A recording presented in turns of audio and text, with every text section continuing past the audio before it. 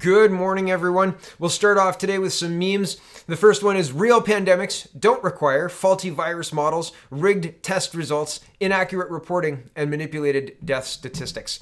And here's the second meme. Oh, but psychological operations do. Very interesting, very interesting. Here's the second meme. There's a doctor and a patient, and the doctor says, what are your coronavirus symptoms? And the patient says, I'm broke, unemployed, suicidal. And that seems to be getting into the zeitgeist, getting into, jokes, right? Like, usually comics here, they're supposed to be politically kind of on the nerve, but usually suicide is one of those things that's contagious, right? And not so good. Hazar Alsbra, sorry if I got that wrong, Hazar, she says, they said in April, now is not the time to focus on consequences to curb and whether or not people will repay. Right now, our focus is on Canadian safety. After 8 months, people targeted to repay the curb with money they don't have because they don't have jobs because the economy is shut down. So 8 months later, and we're in a situation where people are going back into lockdowns. The curb is supposed to be winding down. The document, the released email that was sent on October 15th or October 10th, and we read it on October 14th, I believe, that talked about how a UBI would be started in January. Could this be why? Because people are saying, like, we don't have the money, we don't have curb, we don't have a job to go back to because the restaurant's closed now because the owners owe $40,000 to the mall in back rent, right? Yeah, things have consequences, and these are not good consequences, right? And everybody knows it. So when is the time to have the conversations about the consequences of the mass amount of money we've been shoveling out the door and the bad management of getting people back to work? And the fact that really the data does not back up closing down our economy, not by a lot. It's very, very interesting. And anyway, moving on, here's somebody who I follow, and his name is Steve, I think. And he says, so I go to the dentist on Friday. While the hygienist is cleaning, my longtime dentist walks in. He asked me what I thought of the lockdowns, and I said, it's all a scam. Then all three of us talked about faulty tests and on the other BS. Totally surreal. The scandemic lies are crumbling. First, it made me laugh because I could imagine having that conversation like, it's terrible. Right, we've all had that situation. And secondly, I mean, yeah. I'm glad that there are people talking about how absolutely baseless all of this stuff is. Like, even if you believed everything and said the first lockdown was really necessary, the capacity that we've got, we're nowhere near the top of the capacity. We're going into a lockdown. Like, we're destroying our economy and our culture just before Christmas to lock us all down. This seems nuts. This is nuts. Here is Operation Lockstep. I've referenced this in the past. This is a nice, quick, digestible snippet of it. Well done, Susan, for sharing this. And I was going to read this, but I think I'll just leave the link in the description for you to read and compare back to what's happening. No, I'll read a bit of it, okay? The first phase, Operation Lockstep from the Rockefeller Playbook.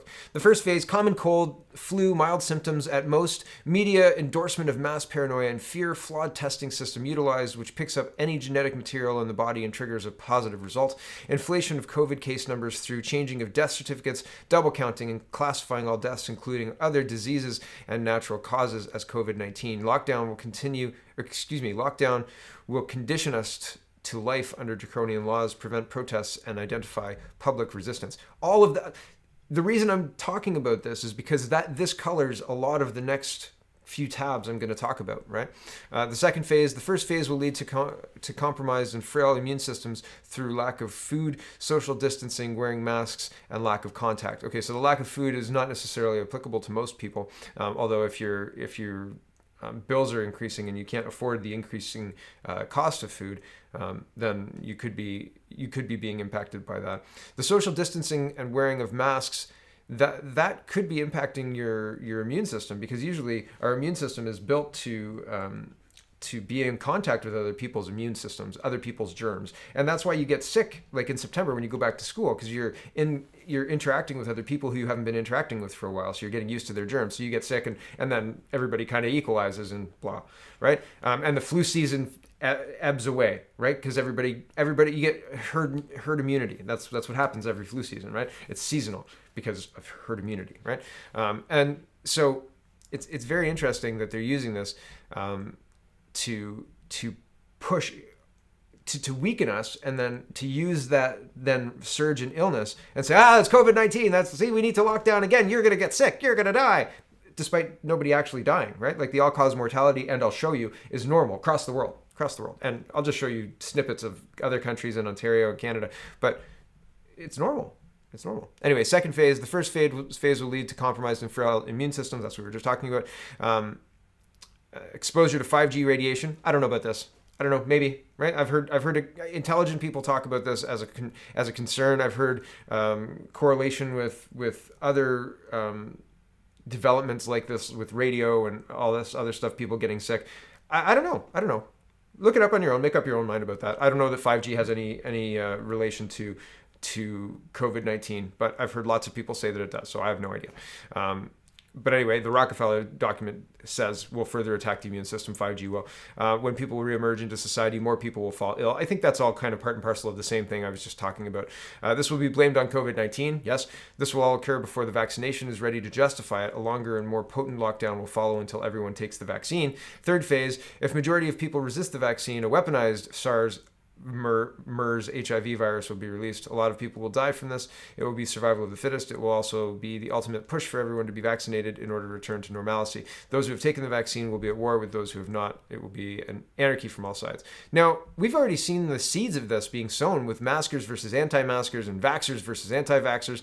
Nobody would fall. If you thought to yourself, Sarah who's having a baby, or Sarah whose baby is one, I wonder if her baby's got the MMR vaccine. She can't play. We shouldn't hang out with Sarah if they don't have the MMR vaccine. Have you thought of that? Like, has that ever entered your mind? Right? Like, I don't think so. Right? I don't think it never entered my mind to either of my kids to think, do you allow non-vaccinated children into this daycare? Like, no, man. Like, it didn't once enter my mind, but it is going to enter people's mind now. There's a reason for it. It's being seeded now. That's happening now. People are creating those divisions. You can't come in here unless you've got a mask on. You're not allowed in here unless you've got the right kind of mask on. Chapters the other day, right? You can't wear a face mask. It has to be a fitted mask, which is unbelievable. Unbelievable. Fat Chapters is acting as a doctor now. Like, if the mask is for a medical purpose, how can Chapters act as a doctor? Can somebody start this lawsuit, please? I would love to. Like, I don't know how to do this lawsuit thing, other than getting a lawyer and it being very expensive. So I'm willing to be the front man. I'm willing to bring it. I'm willing to talk to people and do all that. But yeah, I don't know. This can't be allowed to stand. This can't be allowed to stand. But anyway, this is what's happening, right? They're deciding and seeding the seeds of the division, and seeding the seeds of us, the anti-vaxxers, versus them, the vaxxers, or us, the anti-maskers, or them, the maskers, or us, the people who want freedom to congregate, freedom to converse, freedom to worship freely, freedom to make our own choices about our life. If you can smoke cigarettes, you're not allowed to go outside and hang out with your friends. You're allowed to smoke cigarettes? How many people do cigarettes kill a year? It's like 45,000 people. COVID's killed like 12,000? Are you kidding? It's crazy. Discrepancies with Alberta testing. Data inflated national positivity rate. Public health. Okay, see, this is what I mean by this colors this, right? The first, it's inflated by double counting, misclassification of deaths, and whatever. So by any means necessary, they're going to change things. Now, here's what they're explaining this away as, okay? The Public Health Agency of Canada says discrepancies with how Alberta has reported COVID-19 testing has artificially inflated the national test positivity rate. Public Health said in an advisory Thursday that it had temporarily removed Alberta's COVID-19 testing data from its national statistics. It said there were problems with the province's testing figures that overestimated the percentage of tests that came back positive, although it did not elaborate. The agency said that it would work with the province to resolve the issue, but did not specify how significantly it affected the positivity rate. It said the national positivity rate for the week of November 29th to December 5th was 6.5% after the Alberta data was removed. For the previous week, it was 7.4% with the Alberta data included. So almost a percent, right? Nine points. That's 0.9 of a point, but that's quite a lot, right? Almost a full percent. I scroll down. He said the issue appeared to be related to the provinces reporting two different statistics: the total number of tests completed every day, as well as the number of people tested for the first time, which is much lower. It's our assumption that in the recent reports, PHAC may have incorrectly calculated the positive percentage using the number of new people tested rather than the total tests completed, Mr. McCallum wrote. So it's interesting because on December 8th, which is just after this faulty data inflated the overall positivity rate, CTV's reporting new COVID-19 restrictions, Alberta bans all gatherings, closes most businesses, and makes masks mandatory. Could that faulty data have influenced that choice? If so, how much faulty data is influencing how many businesses complete and total destruction for nothing? Because somebody applied the data to the wrong number, right? To the much lower first time tested rather than the total tests counted, right? Oh my goodness, look at the numbers going right. It's skyrocketing. We've got to get control of this. Mandatory masks, lockdown, lockdown, lockdown. You're not allowed to have social gatherings. Merry Christmas, Alberta, right? Is this based on complete faulty data? It's incredible. It's incredible that really there's not a whole lot of pushback to this, right? Really, there's not a lot of people who are very, very upset about this. Here's Manitoba's lockdown. Is this working? Is this working, Mr. Pallister? Right? Every time I check Manitoba's COVID numbers to see if their lockdown has worked after a full month and see these results, it pisses me off even more what Jason Kenney and Alberta have done to Alberta. Because Manitoba's lockdown is not working. Here's 18 more deaths and 360 new cases of COVID-19 in Manitoba on Saturday. This is yesterday, right? So their lockdown's not working. It's just not working. It's not working in Toronto. It's not working in York. It's not working in Peel. It's not working in Manitoba, which has the most stringent, strict lockdown in Canada. It's not working. It's not working. Here's I was going to say Governor Moe, Premier Moe, and he says, we need to drop the curve, Saskatchewan Mole's measures for the holidays. Tell me again that this is driven by science. Tell me again that this isn't following some predetermined schedule. There's nothing to suggest that we need to do this. Nothing. Here's the all-cause mortality in Germany 1950 to 2020.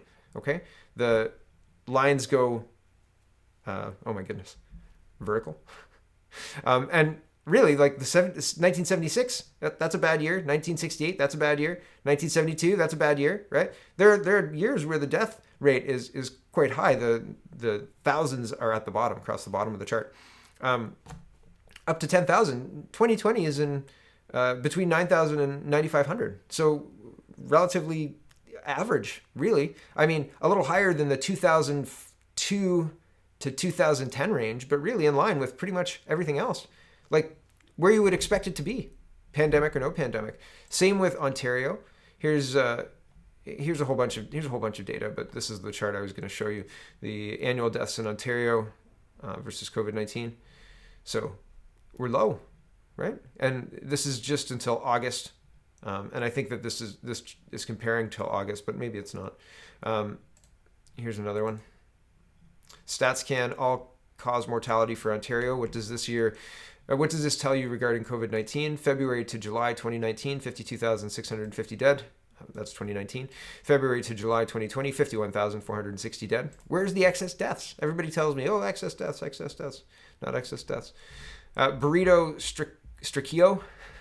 Sorry if I got that wrong. Deaths in Ontario have increased year after year due to a number of factors.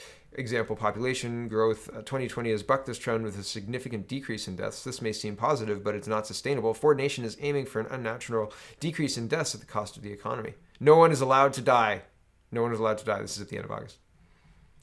It's wild. Here's the Western Journal. This is an open letter from a doctor to Jason Kenney. I think this is worth reading. So, Dear Premier Kenney, many Albertans, myself included, commended you on your previous commitment to a balanced approach to protecting Albertans from COVID-19, while at the same time not completely abrogating our freedoms and rights such as free speech, peaceful assembly, association, and our ability to earn a living and care for our families. Tuesday, you imposed new lockdown measures which severely limit and in some cases shut down entirely many social, family, friendship, spiritual, recreational, and entertainment pursuits that Albertans rely on for their well-being, just as you did in the spring. While you've commendably spared small business from suffering the complete shutdown they experienced this past spring, and your apology for this mistake is laudable and honorable, it seems that you have not learned much from the lockdown harms which Albertans experienced earlier this year. The evidence that you provided for this lockdown is both suspect and incomplete, and does a disservice to Albertans who deserve more from you. A major tenet of the Hippocratic Oath that physicians like myself ascribe to is first, do no harm, which is ignored by this imposed lockdown. lockdown. Is it too late to correct this lockdown error? No, not if you're willing to be better informed. We have learned a great deal since the onset of this pandemic, much of which is the result of how different regions and countries have attempted to control the spread of COVID-19 and treat those infected. Now we know who is at greater risk and have proven effective therapies for those who are seriously ill, as reported by the National Institute of Health on December 3rd, 2020. And we are on the cusp of mass immunization consequent to multiple vaccines soon to be available worldwide. The public should be reassured rather than locked down. Within the last few weeks, new evidence informs a more nuanced approach to better protect Albertans without unintended and unacceptable consequences, such as defined in the excellent recommendations of the Great Barrington Declaration, further addressed below. I scroll down just a little bit. Please consider the following evidence and unintended consequences that should give you the courage to retract the restrictions. 1. We are nowhere close to overwhelming our healthcare system. As of December 9th, 2020, there were 654 COVID-19 patients in 8,500 beds, or 7.7% of capacity. There were only 112 patients in 272 ICU beds, or 41.2% of operational capacity. However, you have stated publicly that the ICU capacity can be increased to 1,081 beds. This implies that at present, only 10.4% of potential ICU beds are filled. Have you evaluated what percentage of patients hospitalized with COVID-19 are actually in hospital because of COVID-19, as opposed to with COVID-19? Wherein it is the underlying disease that is the actual reason for the admission? The public deserves to know. Have you evaluated the percentage of patients who died with but not from COVID-19? This information is extremely important to share with the public, who deserve a fair and balanced presentation of the facts to both prevent fear and panic, as well as garner buy-in of government policy. Are you aware that the PCR test for COVID-19 has a false positive rate of up to 50%, according to the CDC, the U.S. Center for Disease Control, and up to 90% by other sources? Are you aware of how many people have died or become seriously compromised because they could not access healthcare for non-COVID-19 disease, including treatments for heart disease, cancer, and other life-threatening problems? Lockdowns are more lethal than COVID-19, which cannot be overemphasized. Do you not think the public should know this? Are you aware of how many people have committed suicide due to government-imposed lockdowns and the shuttering of businesses, schools, colleges, and universities? Have you tried to find out? Do you believe that it is ethically and morally appropriate for government to pick winners and losers by defining what is an essential versus non-essential business, or activity such as, but not limited to, social, recreational, fitness-related, or spiritual pursuits? Are you fully aware of the magnitude of the economic devastation Alberta has sustained, and that we are spiraling down rapidly to have a non-province, according to the Fraser Institute? Are you aware of how many divorces have occurred consequent to the lockdowns and loss of income? What about the increase in domestic abuse, family violence, and increase of substance abuse? Are you aware of the short-term and long-term effects of the mental health of our most vulnerable, including our children? Have you been apprised of how much crime has increased due to the people becoming desperate just to stay alive? I scroll down again.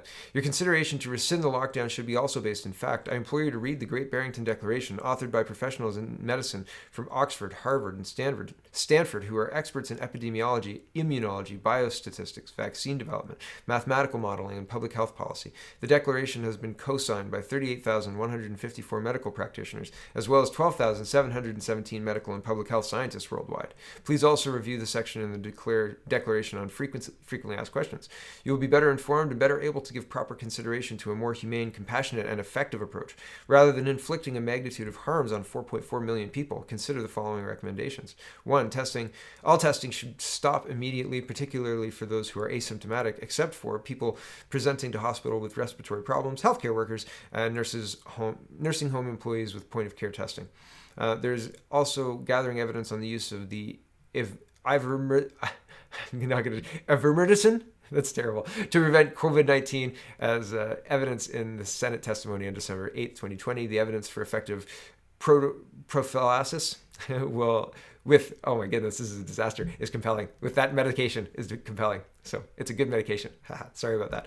Number 5, mandatory mask wearing should cease except for health professionals, as there is no credible scientific basis, as evidenced in November 18th, 2020 Danish randomized control trial reported in the Annals of Internal Medicine. Further, no country has reported a change in the trajectory of COVID-19 diagnosis consequent to widespread public testing of asymptomatic symptoms before and after the institution of a countrywide mask mandate.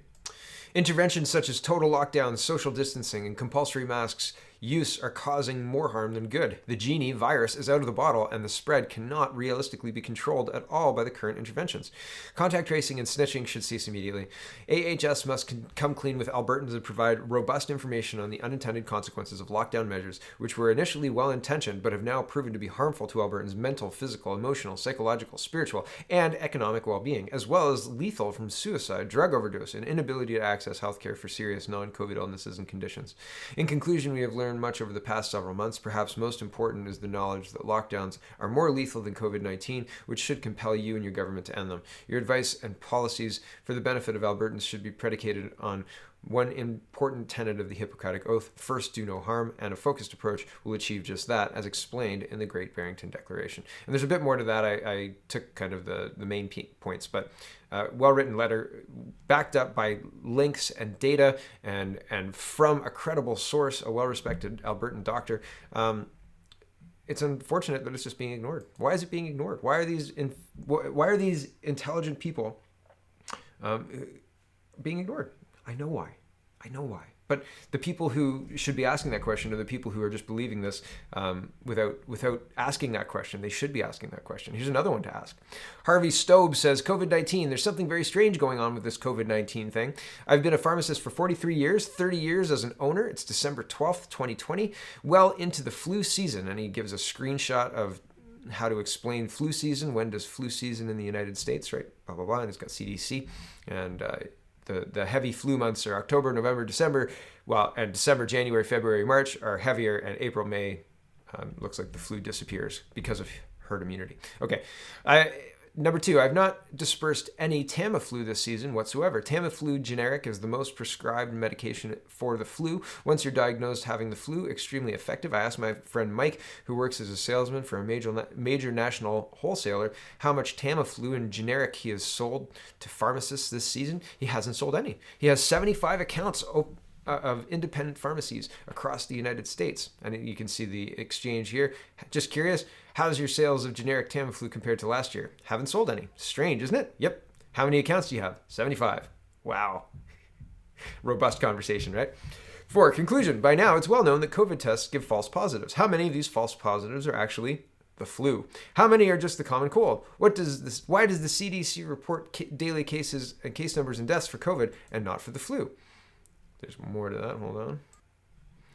5, CDC says COVID is more deadly than the flu. Well, if you're potentially taking a large number of flu cases and bundling them into COVID numbers, then yes, the prescription is that it's more deadly. 6, I believe we're being played. Yes, COVID is real. It can be deadly. We now have drug regimens to treat COVID effectively. One being Dr. Zev Zelenko's regimen, and he links him in Twitter there. Among others, I believe COVID numbers are being skewed upwards on purpose to continue instilling fear and panic into people, for governments to continue with lockdowns, for more small businesses to be put out, for more people to kill themselves or others, for more and other social upheaval. Why? Total population control through fear. If we are so obedient to wear masks, obedient to stand here, don't stand there, obedient to get the COVID vaccine, obedient to carry proof you've gotten the vaccine, otherwise you won't be able to fly, then it will be buses, trains, taxis, Ubers, Targets, Walmarts, grocery stores, everything just like that. You're giving up your freedoms to a virus that has a 99.4% survival rate, according to the CDC. And the vaccine, like I've told my customers all these years, don't be the first on your block to try anything new. They really don't know what they'll find out in 6 months, a year, 5 years, and longer. They could be attributed to the vaccine. It's way past time for people to take their heads out of their bums and start thinking for themselves. Man, I couldn't agree more. I like pharmacists from the United States, or that guy anyway. Here's CTV National. As part of Canada's vaccine rollout, the federal government has announced that anyone who experiences a severe adverse reaction to COVID-19 vaccine will be eligible for compensation, a first in Canadian history. I think that they're using this to cap the amount of damages, right? Like, oh, you can get up to $120,000 if you're injured by this. Meanwhile, like if you sued the government because of this, you would get I would go for much more than a couple $100,000, right? And I know I didn't say up to 100. I know I didn't say a couple 100,000. I only said 120,000. But still, I feel like it's a way to manage the potential fallout, right? Like, oh, we understand there might be side effects, and I've gone through the already side effects of the Pfizer vaccine in a previous show, so there are many. But very interesting that they're rolling this out. I just think it's damage control, pre-damage control, right? They're limiting the amount of money you can potentially call for. It's like, oh, we've got this framework here. The framework says you close your business now, so I can't do anything about it. The framework just says, right? This is the framework that says how much you get paid. You were injured by the vaccine. This is our vaccine framework. This is all you can get. There you go. Pre-damage control. Okay, CTV News is reporting. Moving on. Canada to implement its first national vaccine injury compensation program. Serious reactions are not impossible. However, what I wanted to show you with this is they only talk about. It says serious reactions are not impossible. However, in the UK, 2 people with a history of severe allergic reactions to things such as vaccines, medicine, or food suffered serious reactions to the Pfizer vaccine this week. The situation is still being investigated to figure out what triggered the reactions. So I thought it was funny that they talked about that. And this is not even in the first part of the article. It talks about other vaccine injuries, etc. But this is the mention of the Pfizer vaccine. But the Pfizer vaccine killed people, right? Like here's Bloomberg, and I talked about this the other day, and here's the title: Pfizer shot effective, safe, FDA staff say before the meeting. And I was looking for 6 people died. This actually gives context into how the 6 people died, but still, I think that having 6 people die after having your vaccination, that's notable and should be mentioned. People should be informed of this. Informed consent isn't like burying unfortunate results, right? And here it is anyway. 6 people died in the clinical trial of almost 44,000 participants, 2 in the group that received the vaccine and 4 in the placebo group. The 2 in the vaccine group were older than 55. 1 died of cardiac arrest 62 days after the vaccination, and the other from arteriosclerosis, a condition where blood vessels can harden with age, 3 days after vaccination. All deaths represent events that occur in the general population of age groups where they occurred at a similar rate, the report said. Nothing to see here. Don't worry about that. That's fine. It's unclear whether the vaccine is effective at preventing COVID-19 spread. According to the report, it's possible the vaccine didn't work as well at preventing cases where people didn't have the virus symptoms, meaning there will likely be continued need for basic public health measures, continued masking, right? But very interesting that this article doesn't really mention that, right? It's very, very, very interesting, to say the least. It's concerning too. Finishing off talking about the vaccine here, Dr. Eric Camus fears the Pfizer vaccine has such serious side effects that only people at extreme risk from COVID-19 should take it. Who is this nutty conspiracy theorist? He's the head of infectious disease department at the biggest hospital in France. And here's the article.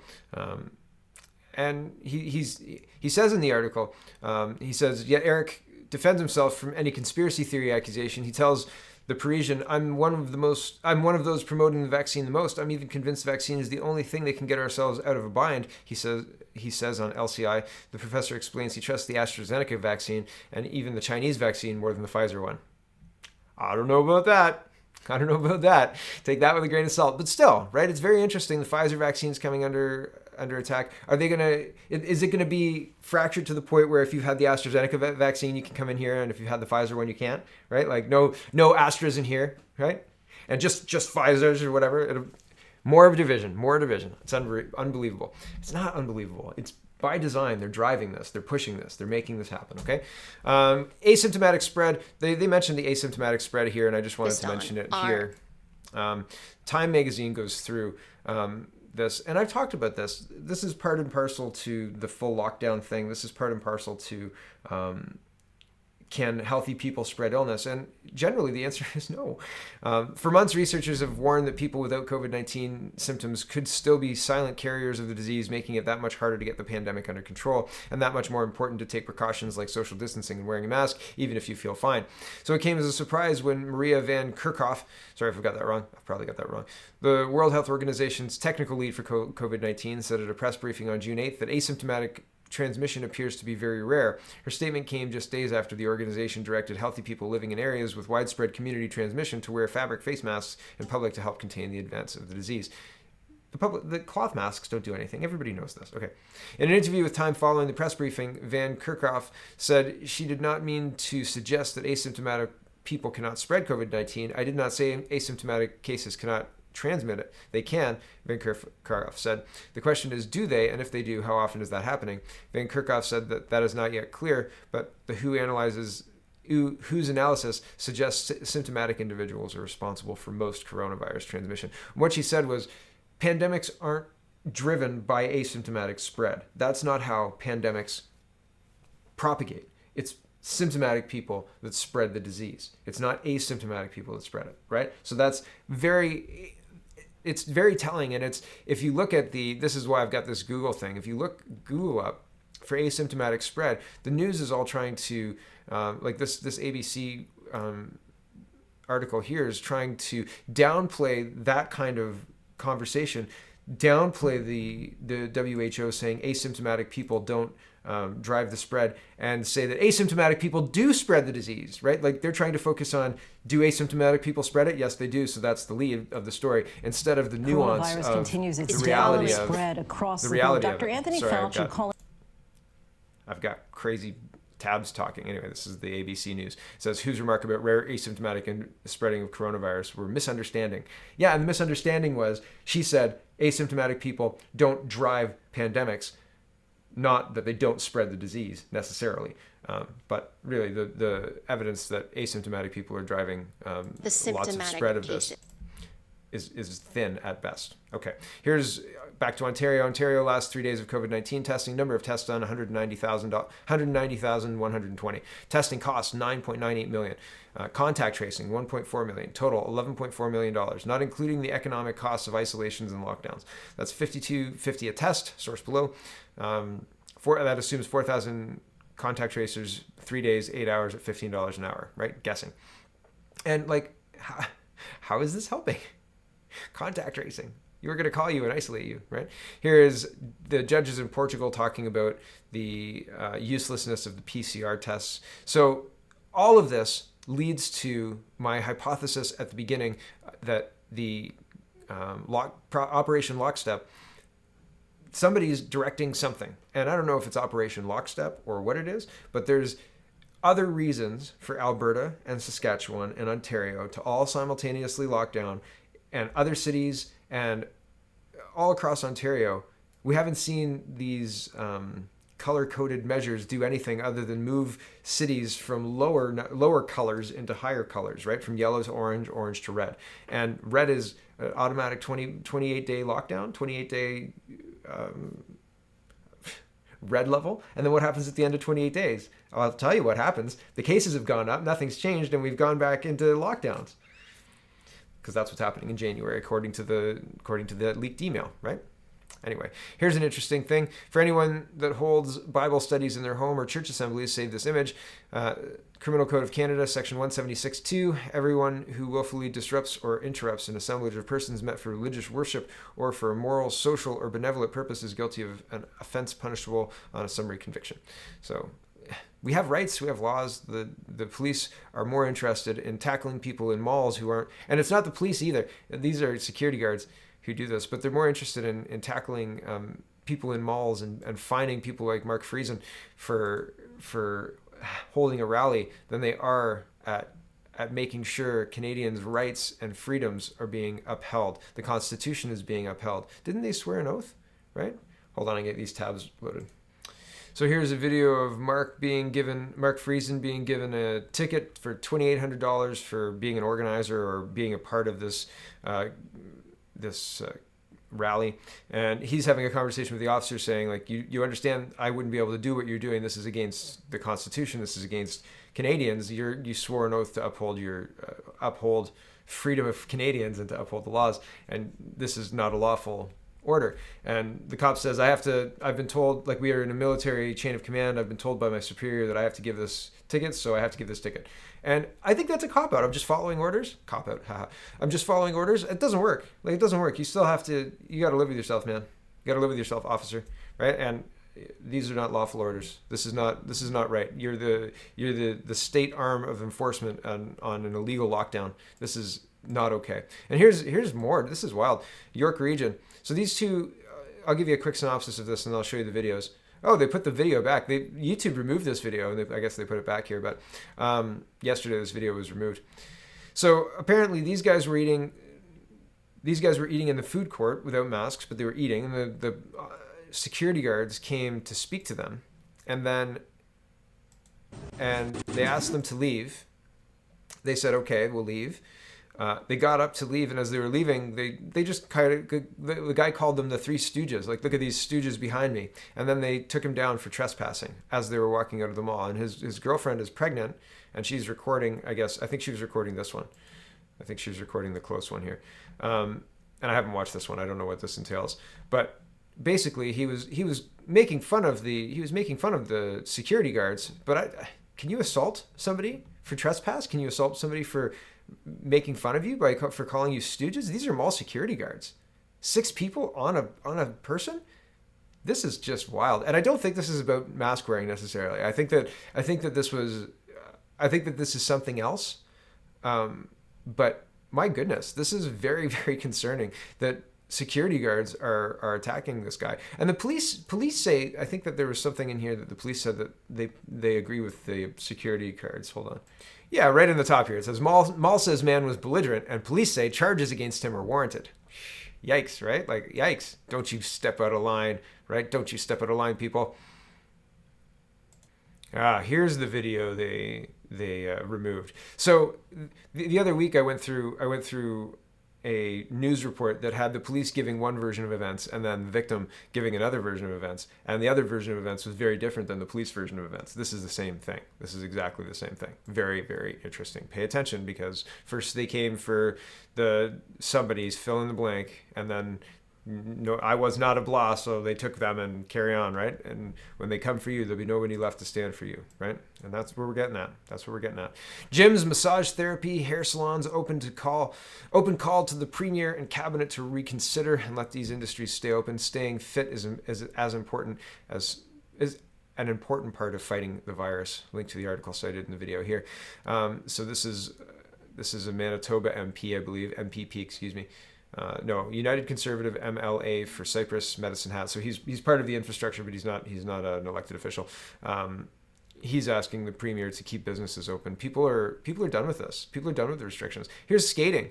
He says, Joe Warmington says, Bonnie Crombie, it would be safer to let them skate than jam up the line. Like, look at this. And I don't think this is unsafe. Like, make no mistake, I'm not saying they shouldn't be allowed to do this. These are people having happy, fun times. Like, this is great that people feel encouraged to do this. More people should be encouraged to do this. Go out, have fun. Go out, it's safe, it's fine, right? Especially outside, my goodness. I mean, it's safe inside too, it's fine, right? But having people sit there or stand there because, you can't social distance, they're lined up like crazy. Look at that. It's same as Costco, right? You're inside, you're outside in the cold, and then you get to go inside. You have to stand in line, smushed all together. Come on, you're not helping anybody. Just a reminder that the government, who can't get clean drinking water to First Nations people in Canada, is going to change the climate for the world. The only question is, when did Canadians get stupid enough in a few short years to believe this? Atlantic provinces call out Trudeau's government's looming second carbon tax. So this carbon tax is a big deal. It's going up. It's going up over 100%. And here's the results of that. $18,981 in carbon tax for 1 month of irrigating, and a $30 carbon tax, and it's going up to $170 a ton. Right? Wow! Right, and there's the receipt. That's for drying. Right? This is new removal of profits from small business. Right? Direct to carbon taxes. And while all this is going on, while we've got overreaching premiers, overreaching mayors, overreaching school boards and trustees, Aaron O'Toole and Justin Trudeau, right? Having Chinese troops train on Canadian soil. But Aaron O'Toole, right? He says, nothing says Christmas like reading a storybook with friends and family. I was happy to continue this tradition virtually this year with Santa is coming to Canada. Who is your PR team? Like, talk about swing and a miss, right? My goodness. What is going... Yeah, you know what I want to replace my incompetent leader with? An incompetent leader. Yay. I mean, like, who's going to be excited about this globalist party? Seriously. Honestly. Nobody. None, not one person, right? It's ridiculous. Ridiculous. Speaking of our incompetent leadership, right? Justin Trudeau and their merry band of MPs. National Post is reporting Commons work grinds to a halt as Liberals, Conservatives let deal on virtual parliament rules expire. Oh, hopefully we'll come back to just normal parliament, right? I'm sure I said somebody will send an email. Somebody will send an email and fix this right up. No problem. How do we get quorum? Oh, I don't know. We'll have six people in. This happened in New Brunswick. I don't want to scroll up because his face is just destroyed. Apparently, there's some new Canadians who frequent a bar in New Brunswick and often start fights. And this guy was the bartender, and he stopped to fight, and then they waited for him after his shift and beat him to a bloody pulp. So Gary Vantnoor, right? And my goodness, just troublesome. Oh, I scrolled up. Sorry. So viewer discretion is advised. Scary, awful what's going on, right? Unbelievable. Last tab for today. Everybody's covering the Chinese troops in Canada, except for Canadian media, right? They're more interested in covering anything but the big scandals that happened to Justin Trudeau. So, it's going to be interesting to see how this plays out. I don't know if we get to see media return to form and reporting. Like, I don't know if Rebel becomes the new trusted media source across Canada. I mean, they're already reporting more reliably than most media sources, right? And it's very scary to watch foreign media watch our country with more credibility than our state media. They've been bought off. They've been neutered. They've been rendered completely useless. And it's a situation where they're trying to spin stories to maintain lockdowns that really, if you have 5 minutes and the ability to read through a letter that's got a little bit of complicated jargon in it, you could easily disprove that this is the only choice we have. We obviously have lots of choices. We obviously have lots of treatments. We obviously have the ability to kickstart our economy right back to normal. And we could probably do it before Christmas too. People wouldn't believe it. It would be hard to get people out there, but they should be allowed to go out there and make their own choices. We have the ability to confidently manage this, right? If we only used it, right? 10.4% of ICU beds are filled in Alberta. I don't know what the percentage is in Ontario, but the percentage in Guelph is like something like 1%, 0.11% of the population or something like that is in the hospital right now. Like, no, like that's not an emergency. It's not enough to shut us down. Holy God, I've gone really long. Sorry about that, everyone. I'm just talking this Sunday morning. Okay, that's enough. Thanks for watching, everybody. Check out CanadaPoly.com, check out CanadaReport.co, check out SpeakingWasely.co, and have a wonderful, wonderful day.